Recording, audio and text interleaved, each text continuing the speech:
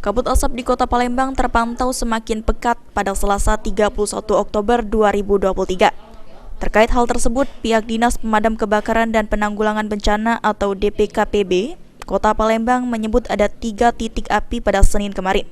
Kepala DPKPB Kota Palembang Diki Lenggardi Tatung mengatakan, saat ini petugas sudah disiagakan 24 jam untuk mengantisipasi titik api.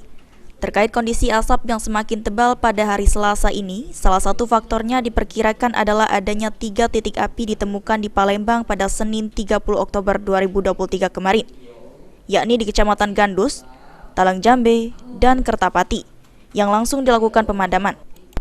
Untuk saat ini di Palembang terdapat 3 titik rawan kebakaran lahan yang berpotensi menjadi penyumbang asap, yakni di Kecamatan Gandus, Kertapati, dan Alang-Alang Lebar. Selalu memantau, kami selalu patroli keliling-keliling meninjau kalau di titik api. Nah, seperti lahan kebakaran kemarin. Nah, alhamdulillah lahan kemarin itu ya bisa kita matikan, kita antisipasi. Berapa titik Pak kalau kemarin? Kemarin itu kebakaran itu daerah Gandus, sudah itu Talang Jambe, nah itu. Sudah itu juga daerah Kertapati pernah juga ya.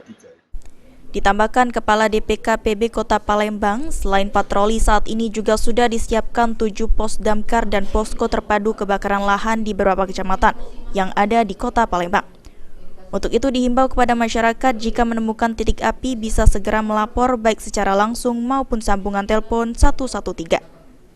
Sandi Pratama, PAL TV.